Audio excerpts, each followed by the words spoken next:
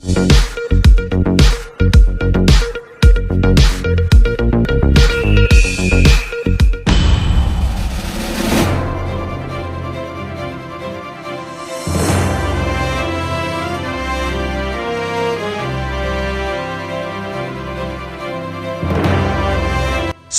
ormas dan LSM datangi kantor DPRD desak, segera lakukan RDP, berikut alasannya. Probolinggo CB News Indonesia. Sejumlah ormas dan LSM beserta orang tua korban, dugaan kasus program Indonesia Pintar PIP mendatangi kantor DPRD Kota Probolinggo, mereka mendesak dan meminta untuk segera dilakukan RDP, terkait kasus dugaan penyelewengan dana PIP siswa yang telah mencoreng marwah pendidikan. Kini dugaan kami adalah 1.200 ini nggak nyampe semua. Dugaan Pak. Nah, sehingga kami mohon daripada Dewan menyikapi permasalahan ini. Dari 4 orang yang mengadu kami, mungkin bisa dibuka semuanya daripada dinas-dinas terkait, dinas pendidikan, Depak dan lain-lainnya. Mungkin dari 1.200 ini banyak juga yang belum menerima, padahal sudah cair. Jangan sampai kasus ini menjadi tradisi demokrasi di Kota Probolinggo. Untuk itu siapapun yang terlibat dalam kasus ini kami minta untuk secepatnya diproses melalui RDP bersama DPRD, tegas Ketua Ormas Skuad Nusantara Bambang Hartono, Senin tanggal 22 Juli tahun 2024 siang.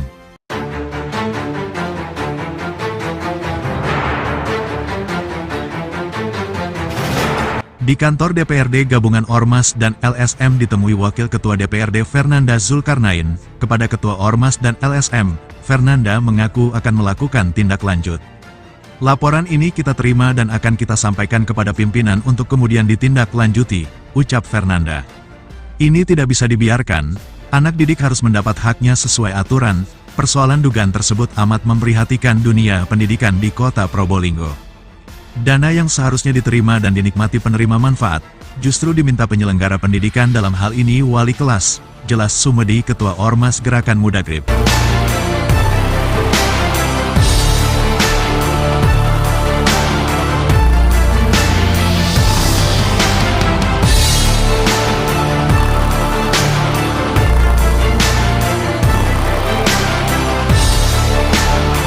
Diberitakan sebelumnya, dugaan penyalahgunaan dana bantuan program Indonesia Pintar PIP, yang dilakukan salah satu pihak sekolah, mendapat perhatian serius dari Ormas dan LSM di Kota Probolinggo. Gabungan Ormas dan LSM tersebut diantaranya, Lingkar Indonesia Hebat LSM Lihat, Ormas Gerakan Mudagrib Gerakan Indonesia Bersatu serta Ormas Skuad Nusantara Kota Probolinggo. Orang tua siswa Ismail Nizar mengatakan, dana PIP itu sudah cair tahun 2022 dan 2023.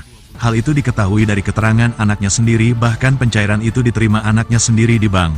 Mirisnya uang itu diminta oleh wali kelasnya dengan dalih dipakai atau digunakan untuk membiayai pembangunan gedung sekolah yang juga merupakan pondok pesantren. Saat ditanya, apakah sebelumnya ada pemberitahuan ke orang tua murid, Ismail dengan tegas menjawab tidak ada, termasuk uang yang menjadi hak anaknya untuk apa, juga tidak diberitahukan. Kami tidak pernah diajak rembuk, saya tahunya dari anak saya. Mirisnya lagi, ATM dan rekening siswa dipegang lembaga sekolah, tentang berapa jumlah bantuan PIP yang diterima anaknya, ia menjawab Rp750.000 selama 1 tahun, jelas Ismail. Ismail juga menyebut, ratusan siswa yang mendapat bantuan PIP diminta sekolah, menurut data yang kami tahu, tahun 2022 ada sekitar 320 siswa. Kalau tidak salah untuk tahun 2023 jumlahnya berkurang sekitar 310 anak, tegas Ismail. Mamat Abdullah dan Gogon Harum, koresponden CB News Indonesia mengabarkan dari Kota Probolinggo, Jawa Timur. Insya Allah nanti kalau RDP terjadi, dari DPRD akan memanggil pihak-pihak terkait.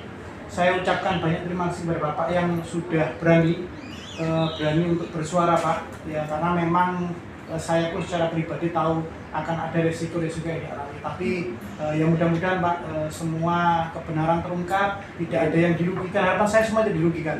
Ya dari pihak terlapor maupun pelapor tidak dirugikan sama-sama enak. Tapi jangan sampai ini terjadi. Selama 3 tahun ini menempuh pendidikan di lembaga termaksud di sini ya,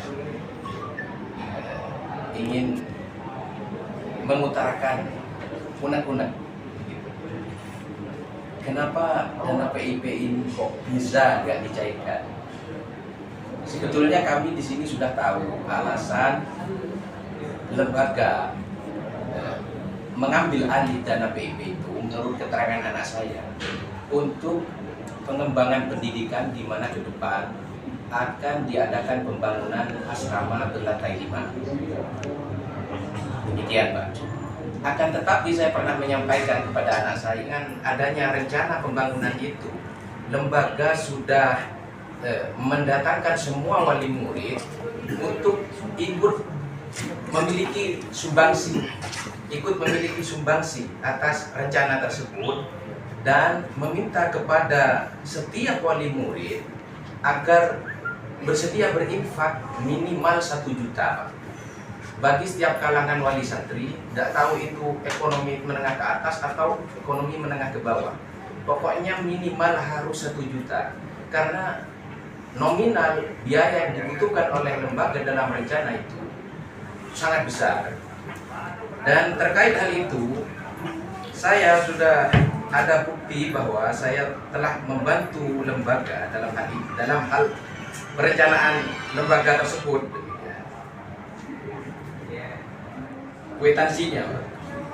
Nah, mana kwitansi? Ada kwitansinya ya? Ada Pak, kemarin saya simpan di sini Pak. Kok ada sebenarnya? Kalau kita buktikan pada PNBP aja. Iya, iya. Gak apa-apa ada tunjukkan sekarang. Sampai cerita. Iya. Dan kami sendiri, saya pribadi sudah lunas Pak. Dari sejak tahun-tahun pertama anak saya menimba ilmu di sana. Bahkan saya sempat tanya ke adik ipar saya, panjenengan terkait itu sudah lunas apa enggak Mas? Dek Solin gitu ya. Saya memang sengaja tidak lunasin Mas. Saya masih masuk pembayaran 500.000. Memang sengaja saya tidak lunasi karena kan sudah lebih kalau diakomodasikan dengan nominalnya PIP gitu. Demikian Pak. Assalamualaikum warahmatullahi wabarakatuh. Gimana Pak tanggapannya Bapak dengan adanya aduan tindak lanjut terkait dengan PIP? Ya ini kan suratnya baru kami terima hari ini. Surat baru kita terima hari ini nanti akan diproses oleh Sekwan untuk masuk ke meja Ketua DPRD. Setelah itu Ketua DPRD akan memproses. Mau diproses ke pimpinan atau ke komisi terkait, nanti kita lihat bagaimana. Oke. Mas, sebagai wakil rakyat, Anda tentu memiliki himbauan kepada masyarakat terkait dengan bantuan yang khusus untuk anak-anak sekolah. Ya kalau secara global kan memang PIP itu memang diberikan kepada siswa ya, kepada wali murid kan itu. Kalau terkait laporan ini terus terang kan saya juga secara pribadi belum baca. Laporan ini baru diserahkan, kita belum baca, kita tidak tahu apa kendalanya, kita belum tahu. Tapi memang saya tahu dan saya pahami PIP itu program dari pusat ya, dari dana APBN, dana rakyat yang memang harusnya disalurkan kepada murid atau wali murid itu. Oke, teman-teman dari Ormas maupun LSM mintanya waktu 4 hari. Kira-kira terpenuhi apa tidak nantinya? Ya, nanti kita berproses. Kita berproses, tentunya pasti hari ini akan dilaporkan masuk ke meja Ketua DPRD. Tapi kan Pak Ketua masih di luar kota, tapi akan berproses. Kita usahakan kalau bisa, saya akan ikut mendampingi untuk secepatnya. Oh, terima kasih Pak. Gimana Pak? Ini kan saat ini memberikan laporan untuk tanggapan di RDP ya? Ya, alhamdulillah kami diterima dengan baik oleh anggota dewan, khususnya dari pimpinan dewan tadi. Jadi apa yang menjadi aduan kami terkait dengan rencana kami untuk melakukan rapat dengar pendapat diterima dengan baik, dan insya Allah dari anggota dewan akan memberikan fasilitas untuk melakukan rapat dengar pendapat terkait dengan kasus PIP tadi. Oke. Mungkin dari Pak saya nambahkan Pak, maksudnya dengan adanya intervensi maupun intimidasi ini gimana? Intinya saya minta kepada pimpinan dewan terkait masalah RDP kami untuk segera ditindaklanjuti. Jika nantinya surat kami dalam jangka 1 minggu sesuai proses RDP tidak ditindaklanjuti, maka kami dari tim akan menggugat DPRD. Mungkin bisa disampaikan. Oke, mungkin dari Pak Anuk mungkin Jadi pergerakan kami dari 3 lembaga ini yang perlu diperhatikan adalah tidak ada unsur politik. Kami ini adalah pergerakan membela masyarakat yang terzolimi. Jadi jangan bawa-bawa lembaga kami untuk ke dalam ranah politik. Oke. Itu tadi sempat disebutkan oleh Bapak ada sekitar 1.200 ya yang terkait dengan ini, gimana maksudnya? Jadi dari 1.200 penerima dana bantuan PIP yang di bawah naungan DEPAK kita ambil sampling itu tadi 4 orang. 4 orang ini sudah mendapatkan bantuan namun tidak cair. Nah, dari sampling ini kemungkinan dugaan kami adalah rata-rata semuanya mungkin seperti itu, sehingga kami perlu pembahasan lebih lanjut dari Dewan dengan memanggil pihak-pihak terkait. Oke, terima kasih. Sukses selalu, Pak. Singkat saja, Pak. Ini juga Bapak termasuk korban ya dari Putra terkait dengan kasus PIP. Ini gimana ini ceritanya? Oh, ini selama anak saya yang bernama Abdul Qadir itu masuk lembaga Riyadhus Shalihin MTS ya, Sanawiyah itu dari kelas 1 sampai kelas 9 ya, dari kelas 7 sampai kelas 9 itu udah pernah ada pemberitahuan dari lembaga masalah PIP ini, Pak. Oke, memangnya dari lembaga mana ini? Pondok Pesantren Riyadhus Shalihin. Oh, terus? Terus ada bocoran setelah mau lulusan ini sudah, Pak, mau lulusan Sanawiyah kelas 9 ini. Iya. Saya tanya ada bocoran dari adik Iya, sendiri, ada apa-apa. adik Ismail. Nah, terus ternyata di situ ada itu sudah dicairkan sudah, Pak, gitu. dana PT. Tapi nyatanya putra Bapak tidak terima? Enggak, sama sekali enggak. Itu sekitar berapa tahun?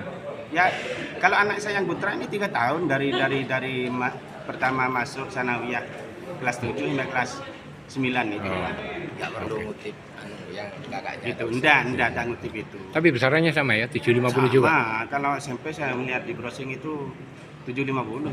Oke. Cuman anak-anak tahun-tahun ketiga tuh kelas 9-nya itu memang berkurang separuhnya. 350. Oh. Yang terkait infak untuk rencana pembangunan Iya. asrama 5 lantai itu sudah lunas apa enggak? Jadi? Saya lunas. Pada lunas.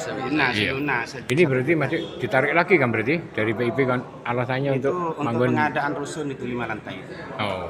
Oke. 1 juta per anak. Kalau 2 anak ada di satu lembaga itu dikurangin menjadi 750 per anak. Kalau 2 anak. Jadi 1.500.000 kalau anaknya 2 di lembaga. Oke. Singkat poinnya, harapannya dengan mau digelarnya RDP itu apa sih, Pak? Ya, menurut gimana peraturan pemerintahan sudah, Pak.